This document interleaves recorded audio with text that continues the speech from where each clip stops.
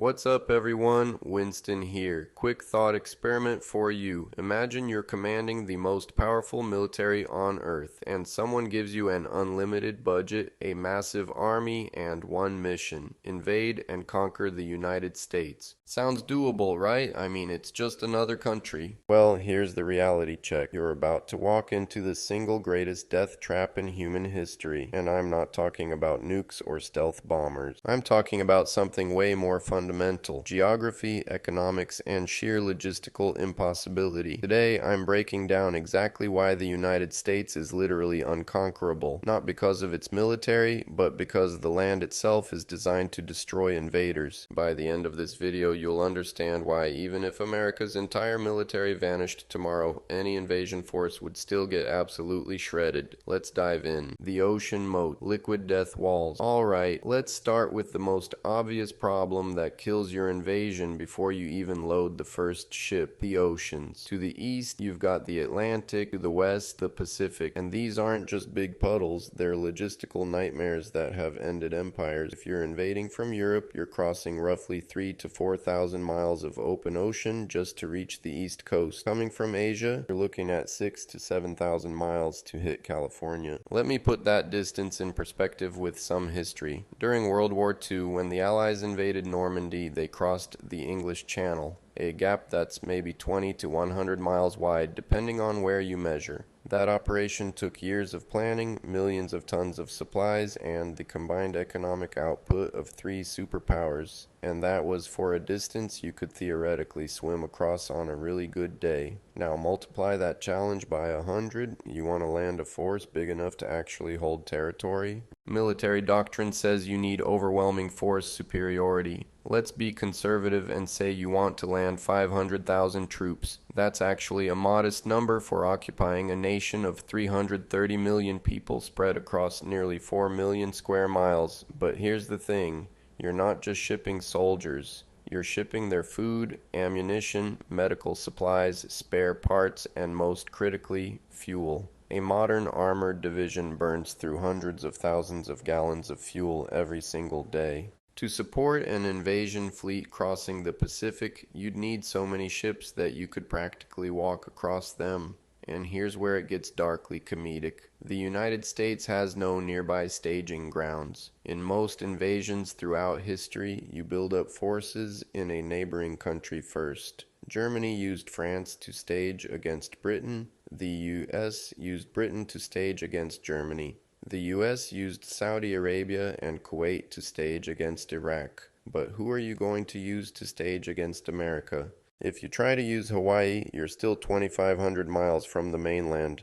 That's like trying to invade Iraq from London. It doesn't actually help you.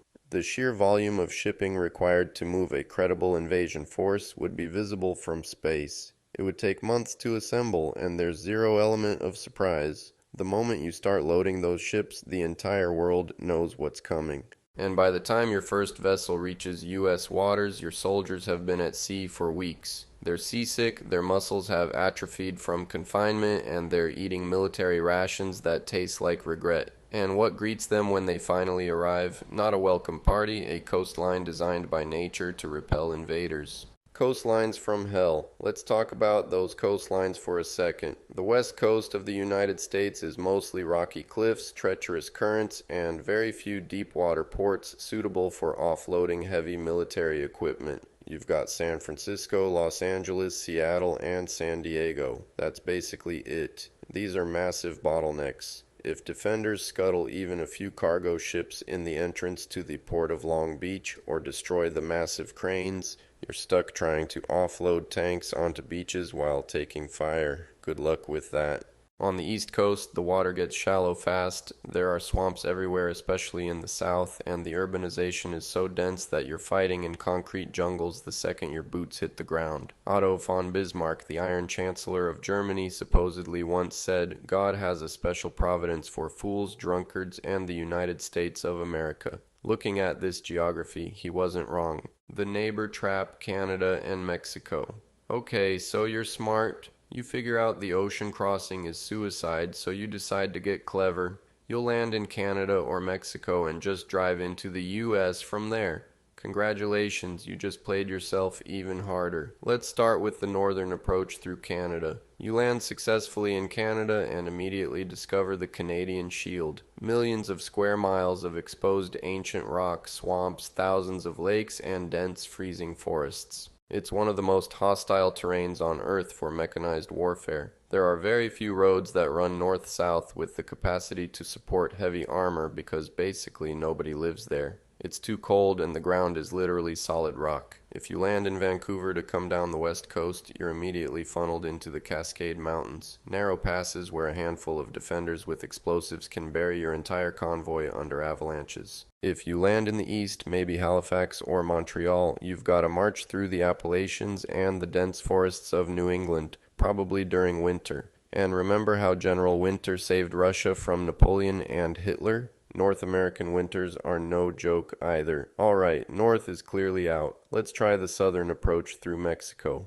Welcome to the Sonoran and Chihuahuan deserts. Terrain so brutal it kills people who try to walk across it with just a backpack, let alone an army moving tanks and artillery. But terrain isn't even your biggest problem, it's the border itself. The US-Mexico border is roughly 2,000 miles long, but where can you actually drive a tank across? Not many places. You've got the Rio Grande acting as a natural moat for a huge section. You've got vast stretches of wilderness with no roads at all. And even if you cross successfully, you're not in the American heartland, you're in the Southwest. You're in Texas, Arizona, New Mexico. If you cross at El Paso, you're still 1,400 miles from Chicago and 1,700 miles from Washington, D.C. You have to drag your supply lines across thousands of miles of exposed desert with very little infrastructure to scavenge. Here's the killer. Where are you getting fuel? The U.S. is the world's largest oil producer. If they implement scorched earth tactics and blow the refineries in Texas, cap the wells in the Permian Basin, you're driving into a desert with no gas stations for 1,000 miles. Historically, invasions fail because of overextended supply lines. Napoleon in Russia, the Nazis in Russia, the US struggles in Vietnam all came down to logistics. Invading the US through Mexico or Canada creates the longest, most vulnerable supply lines in the history of warfare. The mountain shields. Let's say you achieve the absolute impossible. You crossed the ocean, bypassed the frozen Canadian hell or the Mexican deserts, and established a beachhead on either coast. You pat yourself on the back. The hard part's over, you tell your generals. Wrong. The hard part hasn't even started. If you landed on the west coast, look east. See that massive wall of jagged rock stretching from Canada to New Mexico? Those are the Rocky Mountains, 3,000 miles long, over 300 miles wide in places, with peaks soaring above 14,000 feet.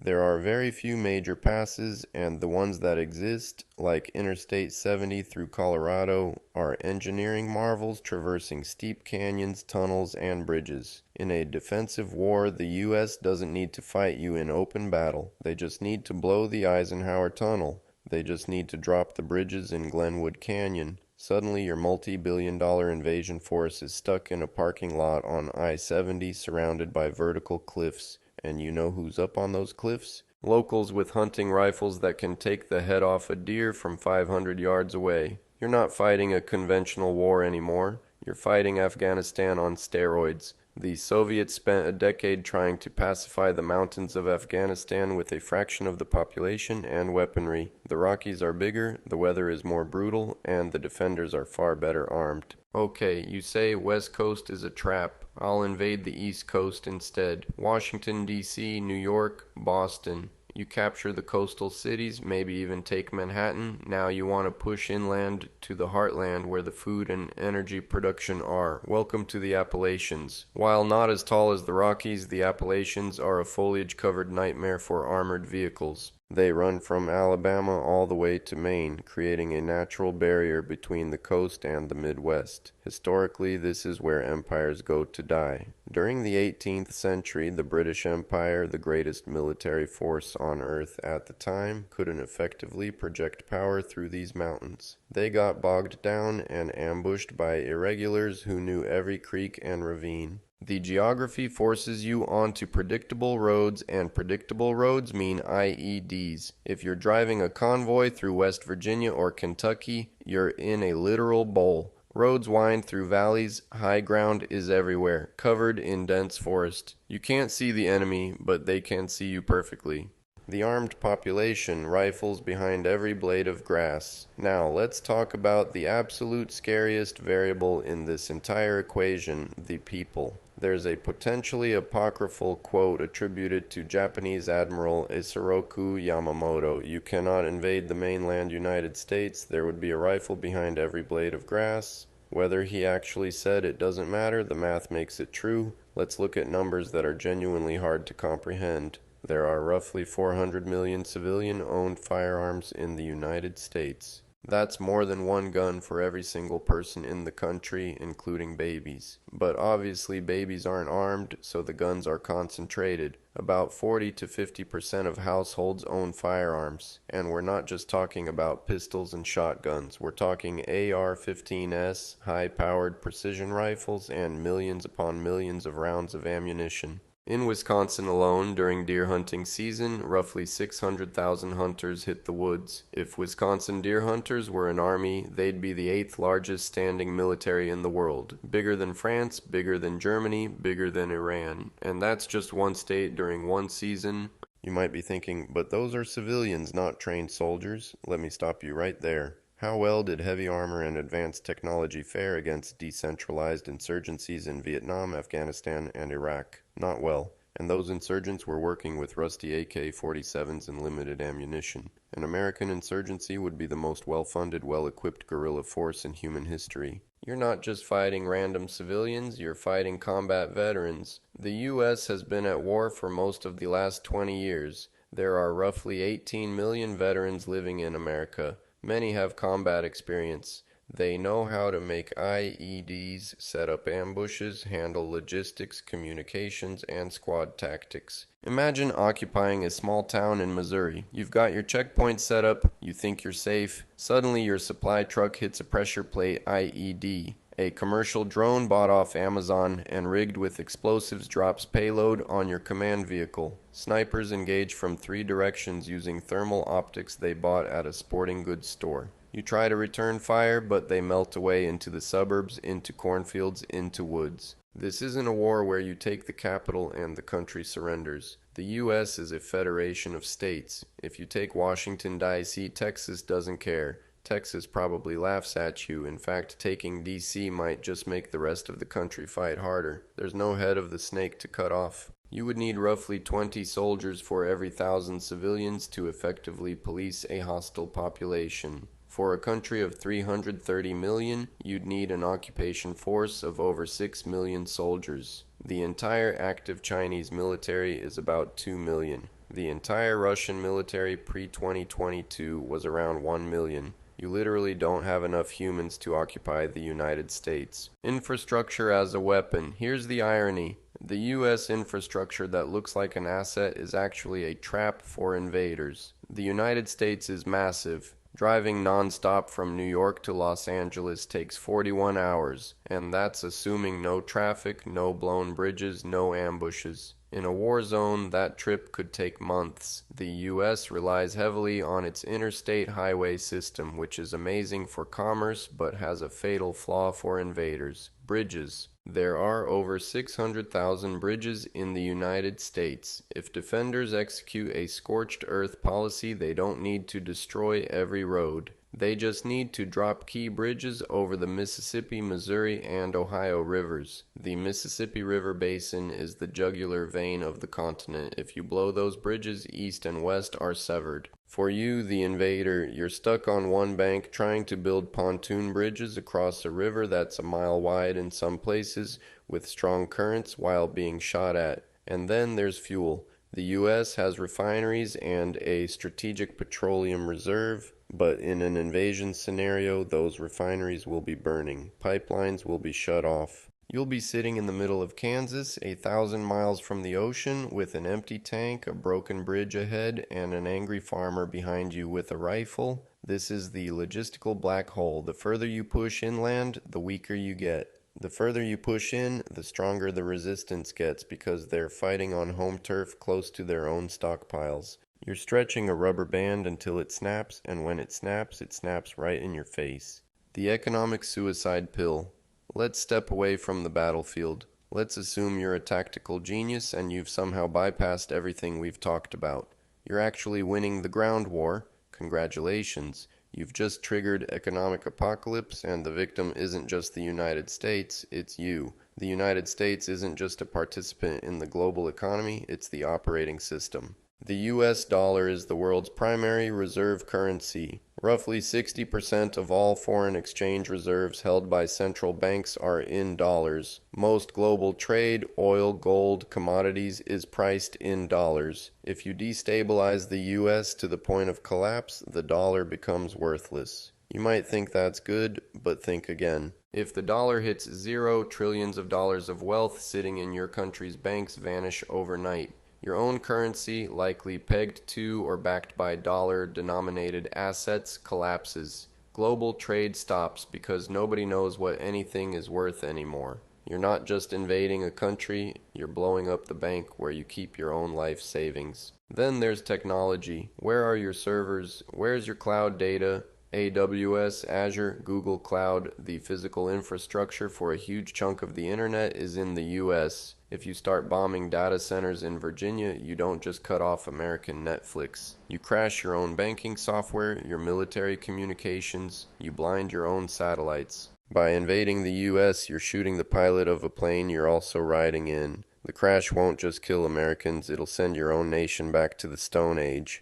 The ungovernable federation. Finally, let's talk about the most boring yet most effective defense: federalism and bureaucracy. You think invading is hard? Try governing. The United States isn't a monolith. It's 50 separate states in a trench coat pretending to be one country. In centralized nations, if you capture the capital and remove the leader, the war's over. In the US, the president has surprisingly limited power over day-to-day life. Governors control National Guard units. County sheriffs control local enforcement. There are over 3,000 counties in the United States. Each has its own sheriff, police force, local laws, and stubborn pride. If you capture Washington, D.C., the governor of Texas doesn't surrender. He probably declares himself president of the Republic of Texas. California does the same. You don't defeat one government. You defeat 51 governments plus thousands of local jurisdictions. You'll face malicious compliance, sabotage, strikes, and civil disobedience on a scale never before seen.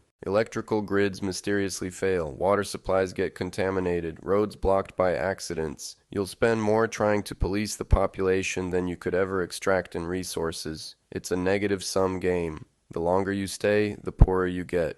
So let's recap your invasion plan. 1. Cross thousands of miles of ocean while vulnerable to attack. 2. Drag supply lines through frozen Canadian wilderness or scorching Mexican deserts. 3. Push tanks through mountain ranges that are natural kill zones. 4. Occupy a nation where grandmothers own shotguns and combat veterans hide in every suburb. 5. Maintain supply lines across a continent designed to be broken. 6. Crash the global economy and destroy your own wealth in the process. Invading the United States isn't a military operation, it's a suicide note. It's a logistical impossibility wrapped in a geographical nightmare, deep-fried in economic ruin. The United States doesn't need a massive standing army to remain unconquered. The land itself does the heavy lifting. The oceans are the walls, the mountains are the towers, and the people are the garrison that never sleeps. Alright, here's my question for you. Which U.S. state do you think would be the absolute hardest for an invading force to conquer? Is it Alaska with the brutal cold,